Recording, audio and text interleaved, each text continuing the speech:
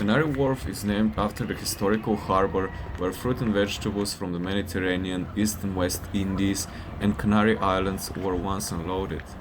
The Docklands harbor eventually stopped being actively used. This happened after 1987. It was turned into a second financial district in London to rival the City of London.